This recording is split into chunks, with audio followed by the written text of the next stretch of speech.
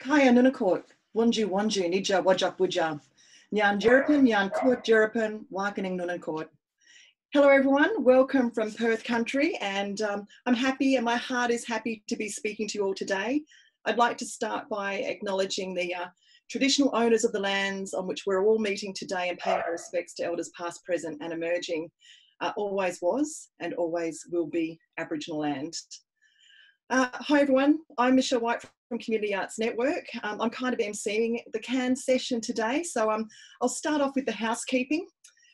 This is being recorded and it will be streamed live and available for viewing afterwards on www.llol.com.au. We'll be sticking to the 30-minute time frame today. Can you please all just take some time to introduce yourselves in the Zoom chat and let us know whose country you're on today. There's live captioning available if people click on the captions icon on the screen. There's also live signing from Susan at Auslan stage left, and people participating that way just need to click on the video and pin it. And if you've got a question for us, please just type it in the Zoom chat, or you can just put your hand up and we'll respond to it. And lastly, please keep your mics muted when you're not speaking, and if you have any tech problems or if there's any feedback that you want to give us, email it through to contact@artsfront.com. So, kaya everyone. Thanks to Artsfront for inviting us and giving us opportunity to share our Lullabies program with you today. As I said, I'm Michelle White. I'm the Partnerships and Platforming Manager here at CAN. And also joining us from the CAN team, we have Phil Bartlett and Ellie Jones.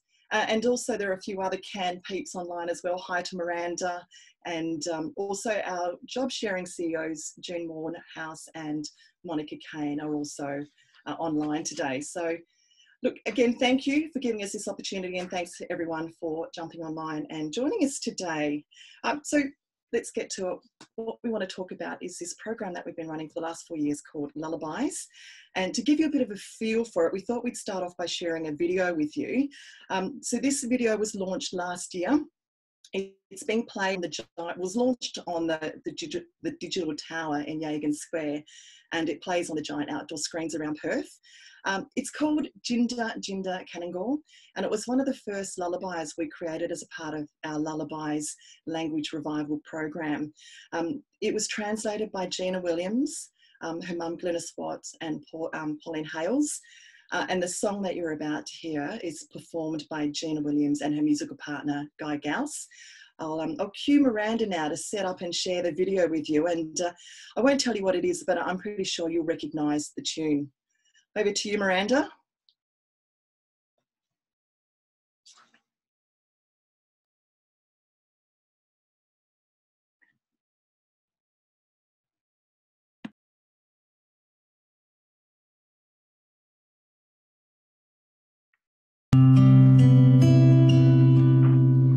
Djinda, Djinda, kanangoor, ngang kara djin nach nono. Yirra, ngalang, boodjar-ak, Boya-mokiny, worl-ak. Djinda, Djinda, kanangoor, ngang kara djin nach nono.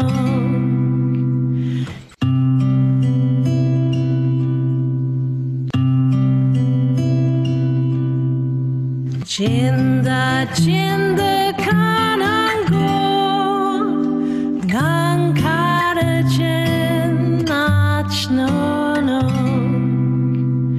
Yirra, ngalang, boodjar-ak, Boya-mokiny, worl-ak. Djinda, Djinda, kanangoor, ngang kara djin nach nono.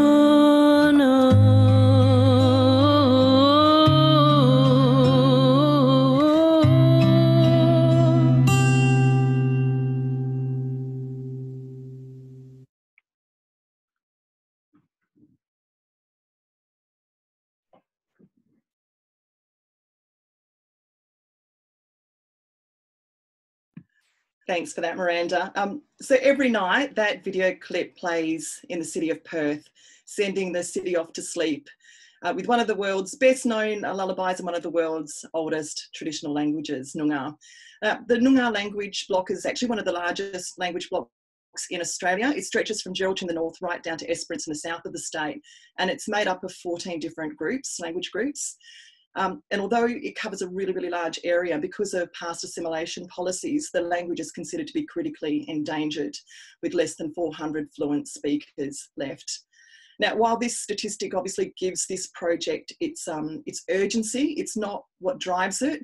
From our point of view, this project is motivated by the community's genuine desire to learn and share Noongar language, and basically to reclaim what should have been their birthright, you know, their traditional tongue. So yeah, CAN has been working on the Lullabies program for the last 4 years. It's federally funded, and we've been privileged to work in 4 communities, one in the metro area and the other 3 have been in regional locations. And in the process of developing these songs, we bring in a language teacher, a singer-songwriter, and we team it up with a creative activity as well. And in most cases, it ends up being doll making, because we have a really strong tradition of creating storytelling through Noongar story dolls with CAN. And all of these elements come together to bring community into a safe space where it doesn't matter about your language level or what you do or don't know. You're in an environment where you're encouraged to embrace language, learn language, and then take those learnings to turn them into a song that becomes a legacy for yourself and your family, and also for sharing with others to promote Noongar language. So yeah, we're going to hear from one of our facilitators now. We're really lucky that Phil was able to join us today. So Phil Bartlett is a Noongar singer-songwriter based here in Perth. I might just pass over to him now so he can tell you a little bit more about himself, and Phil's going to sing a couple of lullabies for us. Over to you, Phil. Thanks, Michelle. Hope you're going well, by the way. Hi, everybody. How are you all? That's good. Yeah, I was very privileged last year to have a call from CAN, and to be asked to maybe be a part of the program, which has been running, as Michelle said, the last 4 years. And I wasn't too sure on what to expect, but as we started the process, I found that we were working with people that have actually had trauma. This group of people had some trauma that had happened when they were young, or some of them were stolen generation, and people that have been through tough life. And what better way to be able to express the emotion, because sometimes what we do is that we hold in a lot of emotion and there's no outlet. So a lot of these people have held in a lot of emotion for many years, and as a singer-songwriter and a performer that's been performing for years, I know from experience that the best way to be able to, to be able to unleash some of those negative emotions is to sing it out, or to write it down, or to express yourself by even visual arts. You know, some people may find that, you know, hitting a boxing bag, everybody has different ways, but for me, being able to do that by music and singing, it's such a great outlet. So the process was that we were going to do and learn some language, some Noongar language, and then the people that were sort of targeted, that were the participants, had an opportunity to be able to obviously learn the language, but at the same time be able to write down lyrics on what they were expressing, how they were feeling. And the idea was to be able to write a song with that. And I think we recorded around 7 to 8 songs, roughly off the top of my head. That was all done in language. And most of those participants had been able to sing and perform those songs, which we recorded which you can actually get on SoundCloud.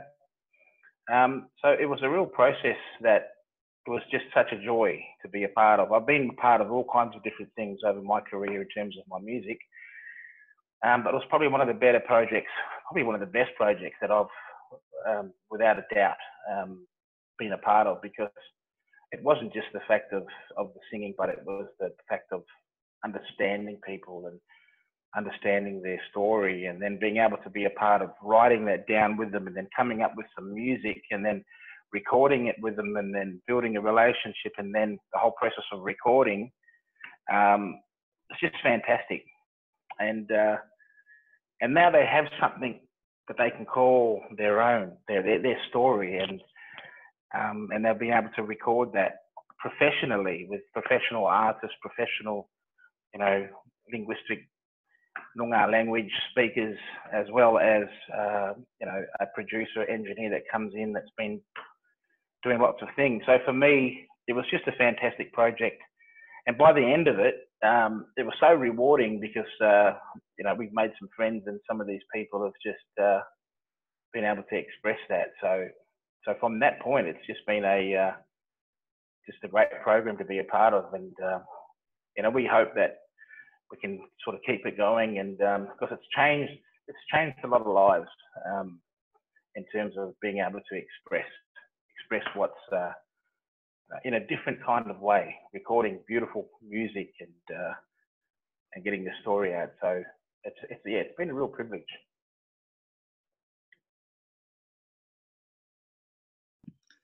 Phil, would you be able to share one or two lullabies with the Zoom audience? Yeah, I can do that now. I was going to do a couple, but we've already played one, and when Gina Williams is singing, no, just let her do her thing. So I've got one song here that we recorded, and the way that she sings that, and Guy produced, did the guitar work on it, was just beautiful. So I don't want to spoil that. So if you're listening out there, Gina, great work. So just bear with me for a moment, folks. This song here that we did, we recorded last year as a part of the lullabies, and a lady by the name of Rosie, she wrote this song about her young baby at the time, I think, and things didn't work out without going into too much detail. So she was able to express what she felt, this beautiful baby, and I'll let the melody and let the song tell its story.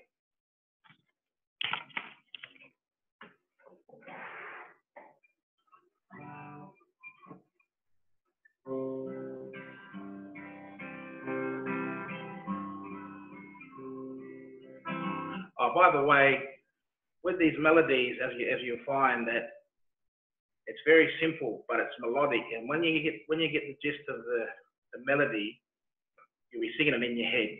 So that's the idea of it: simple, short.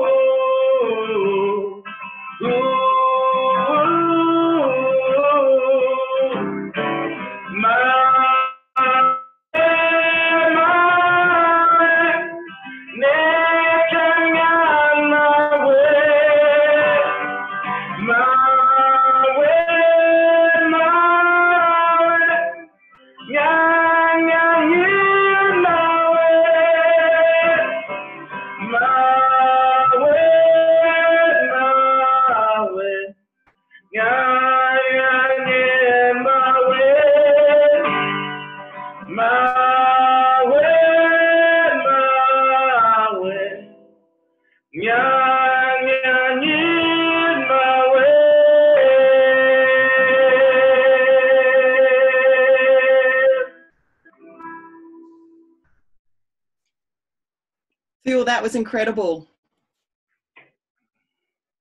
Thank you. That was amazing.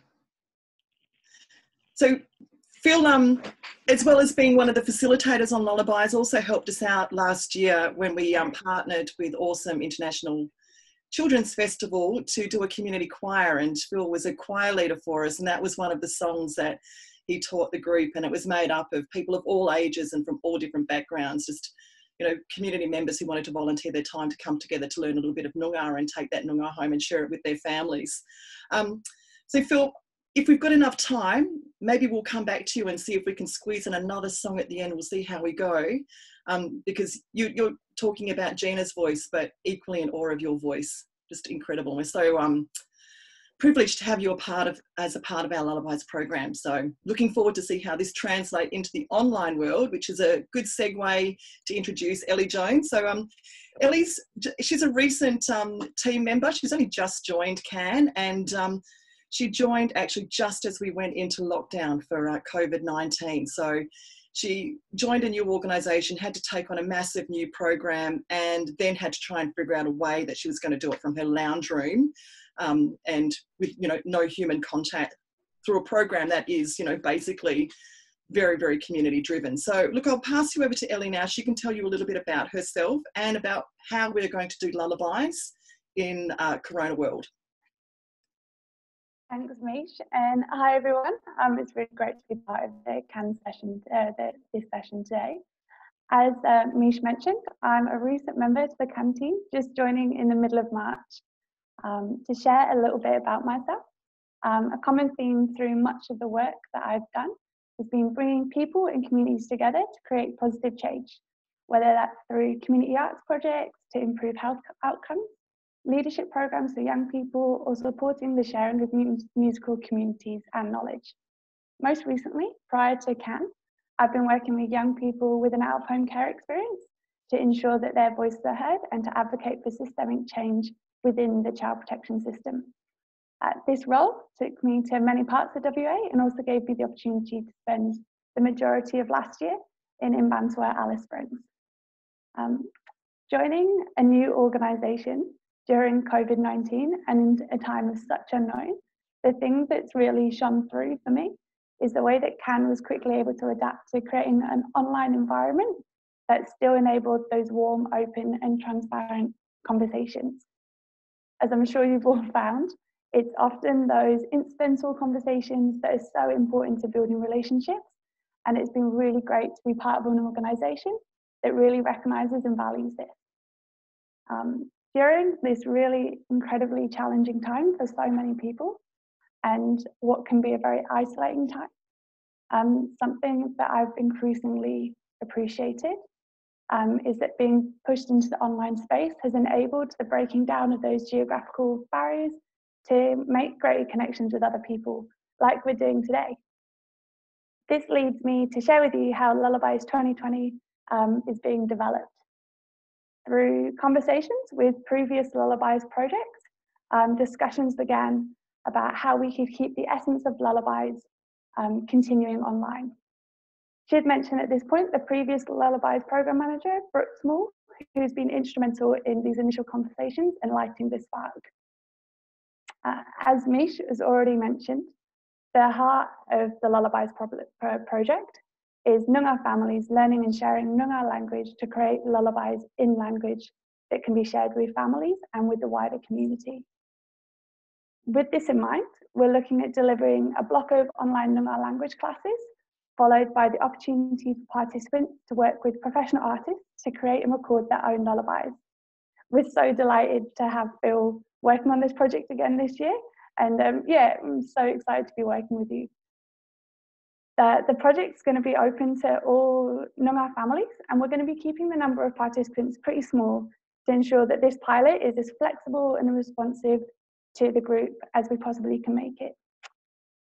A really important element of a number of the previous lullabies projects has been the opportunity for participants to record their lullabies, which have been produced into a physical CD and songbook, and also online versions.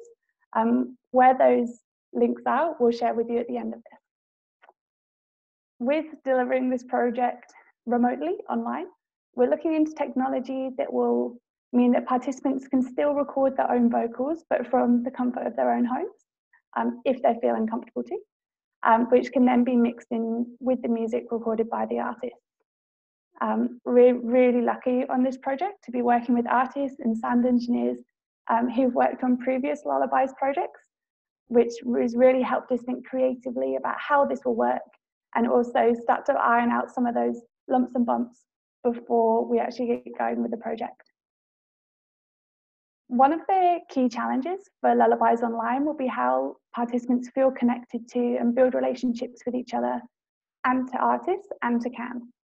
We know that building relationships can be pretty challenging with even in the real world. So going online, it adds another layer to this.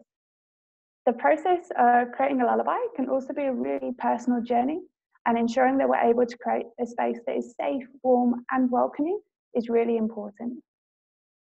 We also want to make sure that the project is as accessible as possible, so that people don't miss out because of lack of technology or lack of confidence in using technology.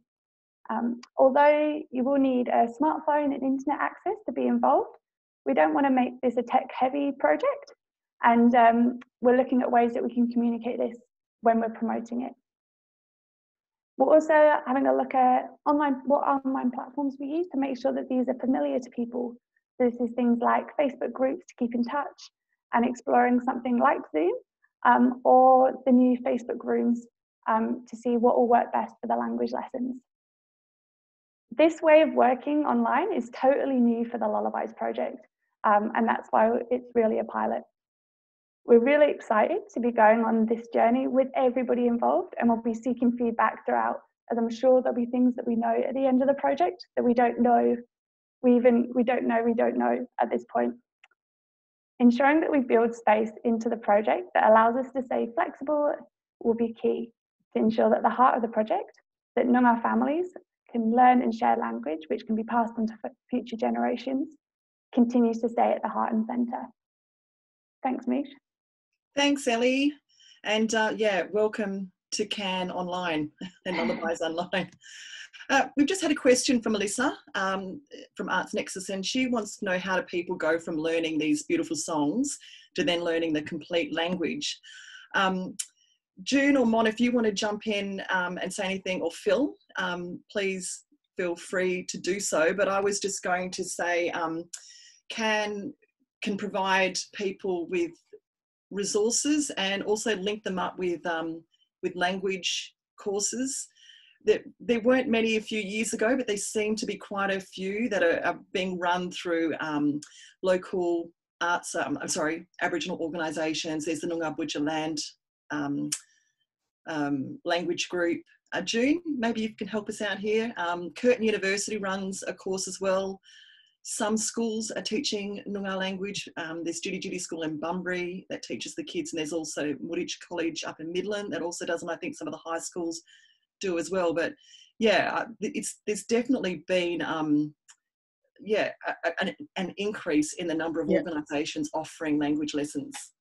There's a real appetite for learning Noongar language, I think, these days, but really what Can's focused on is bringing language to the fore with the communities and giving them the kind of environment in which they can figure out what stories they want to tell and how they can do that using their own languages, as Phil was outlining. So Lullabies is one of the programs that is language revival. The other major program that we're running is Place Names, which is another 5-year program, and maybe we'll need to do another little lunch on Place Names, because that's a massive project that picks up on the Noongar names, place names that are still in use, that are the names of towns right across Noongar country in Western Australia.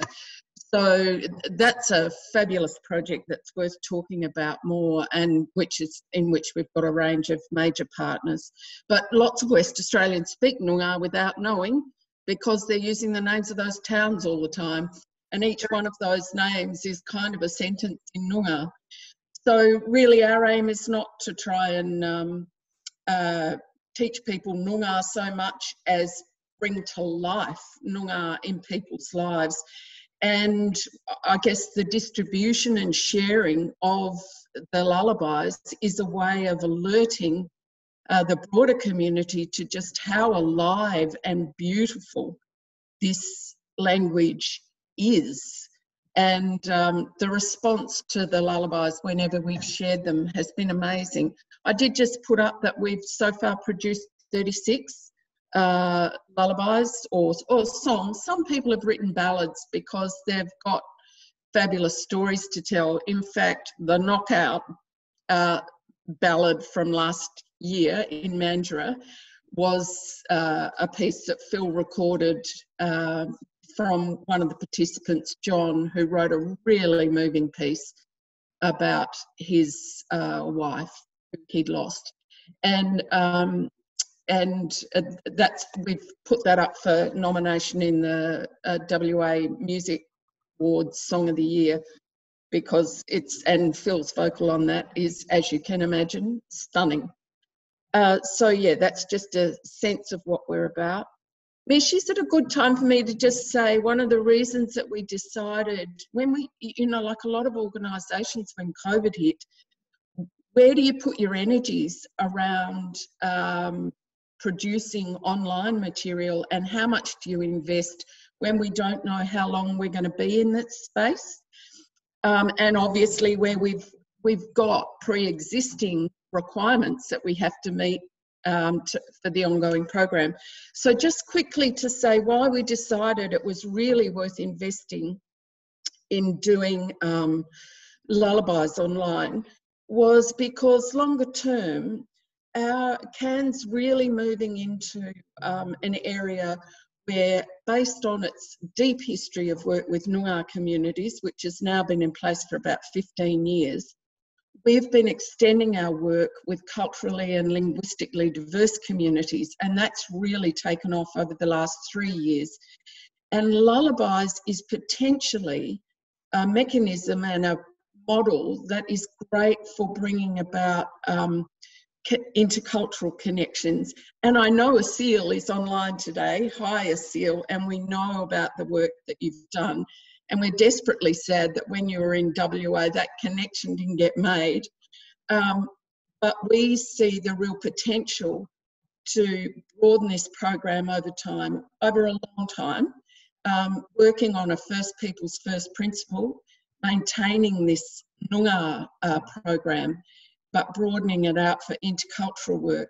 And if we do that, the idea that we might have people who want to sing lullabies from their village and they can connect with their village online or bring family in across international boundaries just seemed like an opportunity that may be there. And so investing in how this works and whether it works and whether we can keep the personal energy and relationship in it seemed worthwhile. So this was one where we invested.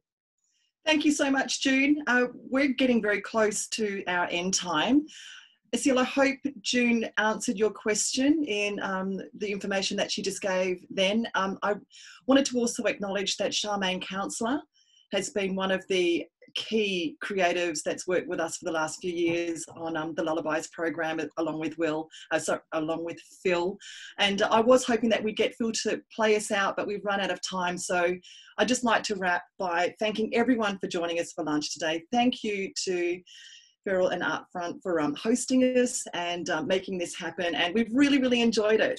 Yeah, thanks for my team as well for all your background support. And if you want some more information about lullabies, Miranda is going to send out some information about how you can connect with us, or you can share our beautiful songs and songbooks that we've created. Kaya, everyone, thank you. Boodjar-ak.